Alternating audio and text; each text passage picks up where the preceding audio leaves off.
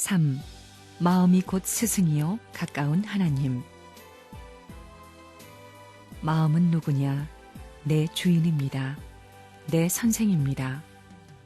마음은 누구냐 할 때 마음을 닮은 몸뚱이를 낳았으니 내 몸뚱이의 근원입니다. 그렇기 때문에 평면적으로 어머니 아버지 대신입니다. 마음은 부모 대신이요 스승 대신이요 그 다음에는 주인 대신입니다. 여러분의 마음은 스승이 필요 없습니다. 마음은 제2의 하나님입니다. 스승을 따라가지 말고 통일교회 선생님을 모시지 말고 여러분의 마음을 모시라는 것입니다. 마음이 어때요? 새벽에 일어나가지고 혼자인데 쥐새끼 소리도 안 들리고 파리 소리도 안 들리고 조용한데 아이고 나 요런 것을 좀 해야 되겠다. 좋은 일을 해야 되겠다고 하면 마음이 좋아 좋아 어서 해라. 하지만 나쁜 생각하면 마음이 이놈 하는 것입니다. 마음이 알아요 몰라요? 알지요? 그렇다는 것입니다. 마음이 잘 아는 것입니다. 마음의 가치, 내게서 마음이 얼마나 비싼 것인가를 생각해 봤느냐는 것입니다. 마음은 몸뚱이가 잘못된 곳에 가려고 하면 어디든지 충고를 하고 이러면 안 된다고 다 제재를 하는 것입니다. 그러나 몸뚱이는 언제나 마음을 공격하고 무시하고 밟아치우고 제멋대로라는 것입니다.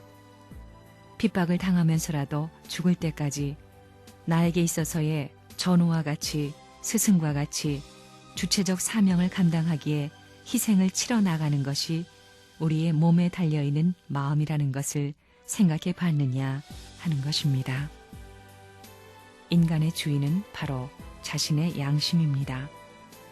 이 양심이 얼마나 여러분을 위해서 충고를 했으며 밤이나 낮이나 나쁜 생각을 할 때는 야 이놈 하고 지치지 않고 끌고 고개를 넘고 강을 건너려고 얼마나 안달했습니까?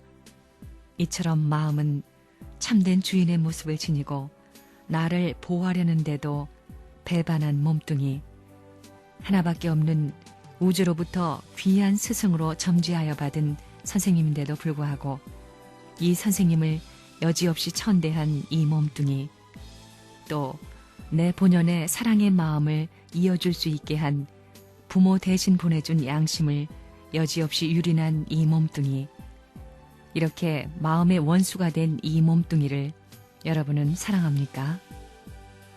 아닙니다. 이제 우리가 누구의 말을 들을 때는 지나갔습니다. 어떤 진리보다도 천만배 훌륭한 스승의 말보다도 내 마음의 말을 듣고 들어도 또 듣고 싶어 그 마음을 찾아가야 합니다. 그러면 나도 알 수 없는 무한대의 무엇이 나옵니다. 그것이 창조의 내용입니다. 양심이 몸을 위해서 얼마나 희생당했습니까? 일생 동안 유린당하는 양심의 사정을 여러분은 알아요? 밤이나 낮이나 나를 관리하기에 피곤한 것이 양심입니다. 그래도 지치지 않고 몸이 나쁜 행동을 하려 하면 막는 것입니다. 그만큼 했으면 이제 그만두어야 할 것 아니냐, 내 말 좀 들어야 될 것 아니냐고 합니다. 자기 앞에 제일 가까운 부모 대신 하나님 대신 스승 대신의 존재가 양심입니다. 마음 자체에게는 교육이 필요 없습니다. 그러나 몸뚱이에게는 교육이 절대 필요합니다. 여러분의 몸 마음을 중심 삼고 볼 때 마음이 얼마나 불쌍해요. 마음은 하나님 대신입니다. 마음은 열조 선조들을 대표하는 것입니다. 마음은 스승을 대표하고 마음은 나라님을 대표하는 것입니다. 그런데 그동안 이 마음을 얼마나 멸시하고 천대했어요. 우주의 중심으로서 참된 부모의 자리에 있고 참된 스승의 자리에 있고 참된 주인의 자리에 있는 참사랑을 가진 주체로 계시는 분의 대신으로 있는 그 마음이 이 땅 위에 있어서 나 하나를 수습하기 위해 얼마나 희생했어요? 그렇게 희생하면서도 불평해요. 그저 천대받고 끌려다니면서도 죽은 줄 알았는데 나쁜 생각을 가지고 새벽에 도둑질이라도 하게 되면 야 이놈의 자식아! 하고 또다시 살아서 충고하는 것입니다. 여러분들이 그런 마음을 얼마나 농락했어요. 마음은 부모 대신이요. 마음은 스승 대신이요. 마음은 주인 대신입니다. 마음 세계에는 공판이 필요 없습니다. 여러분들이 여러분 자신을 누구보다 더 잘 알고 있습니다. 제3자, 증인이 필요 없는 것입니다. 내 자신에게 위대한 스승이 있는 것을 몰랐습니다. 마음은 위대한 어머니 아버지 대신입니다. 어머니 아버지가 마음을 거슬러 훈시하는 법이 없습니다. 마음이 어머니 아버지와 같이 훈계할 때는 복종할 줄 알아야 됩니다. 이런 모든 질서적 환경에 있어서 기원이 될 수 있는 도의적인 결론이 안 나와 있습니다. 그런 공식이 안 나와 있다는 것입니다. 마음을 잡아먹지 말라는 것입니다. 여러분들 이중인격을 좋아해요? 마음은 선생 대신, 부모 대신, 하나님 대신입니다. 마음을 가르칠 수 있는 스승이 없습니다. 모든 인간은 저마다 자신 속에 가장 소중한 스승을 일생 동안 내내 간직하고 있습니다. 그럼에도 불구하고 그 스승을 잘못 대우하고 짓밟고 남용합니다. 그 스승이 바로 인간의 양심입니다. 우리의 양심은 항상 우리 자신에도 도움이 되도록 말을 하며 우리를 참사랑과 연결시켜 주고자 합니다. 부모와 같이 우리의 양심은 우리로 하여금 선하고 비이기적인 사람이 되라고 촉구하며 하나님의 뜻에 따라 행동하도록 인도해 줍니다. 그러나 각자의 마음속에는 또한 양심의 소리에 항상 거역하는 반란자가 있습니다. 그 반란자는 바로 육체인 것입니다. 우주 주관 바라기 전에 자아 주관 완성하라 하는 것이 도의 길을 개척하던 때의 표어였습니다. 우주 주관 바라기 전에 세상 만사와 어떤 연관을 갖기 전에 자아 주관 완성하라고 그랬습니다. 귀중한 3대 손님입니다.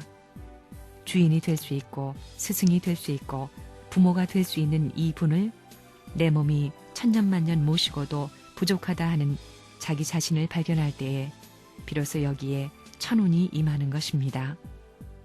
마음은 몸을 위하고 싶어 하지만 몸뚱이는 마음을 위하지 않습니다. 이게 문제입니다. 문제는 내 자신에게 있는 것입니다. 사회에 있는 것이 아닙니다. 이처럼 마음은 참된 주인의 모습을 지니고 나를 보호하려는데도 배반한 이 몸뚱이, 우주로부터 점지해받은 하나밖에 없는 귀한 스승인데도 불구하고 이 선생님을 여지없이 천대한 이 몸뚱이, 또 내 본연의 사랑의 마음을 이을 수 있게끔 부모 대신 보내진 양심을 여지없이 유린한 이 몸뚱이입니다. 이렇게 마음의 원수가 된 이 몸뚱이를 여러분은 사랑합니까? 아닙니다. 몸 마음의 싸움을 말리기 전엔 천국이 없는 겁니다. 어느 성인도 이런 것을 생각지 않았습니다.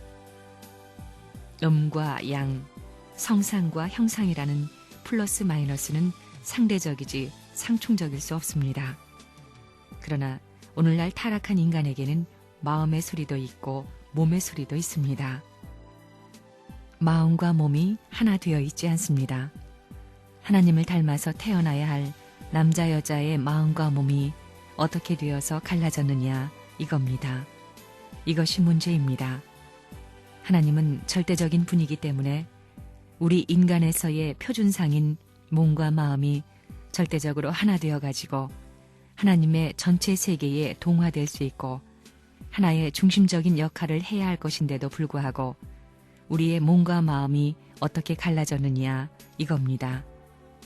몸과 마음이 갈라진 것이 마음대로 되었다면 하나님이 없는 것이고 이상이니 통일이니 평화니 행복이니 하는 것에 기지를 찾을 수 없습니다. 하나님은 멀리 있지 않습니다. 내 속에 있습니다. 마음이 여러분의 주인이지요?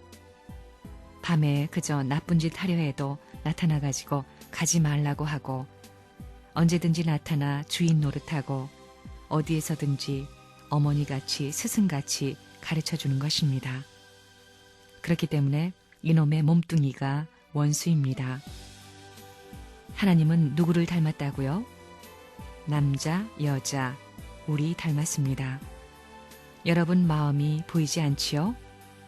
마음 보고 싶소, 안 보고 싶소? 하나님도 마찬가지입니다. 하나님이 영적인 입장에서 보게 되면 하나님도 채가 없습니다. 지금까지 채가 없습니다. 아담 완성이 이루어지지 않아 채가 지금까지 없다는 것입니다. 마음 같은 우주에 마음 같은 주인, 마음 같은 스승 혹은 관리자, 마음 같은 부모로 있습니다. 여러분, 몸과 마음이 하나 안 돼 가지고는 안 되는 것입니다. 거기에 초점을 맞춰야 됩니다. 기도할 때 몸과 마음이 같이 가는 것이 있으면 회개해야 됩니다. 회개할 때는 혼자는 안 됩니다. 동서남북을 갖춰야 됩니다. 자기의 제일 가까운 사람, 부모 앞에 통고해야 됩니다. 스승 앞에 통고해야 됩니다.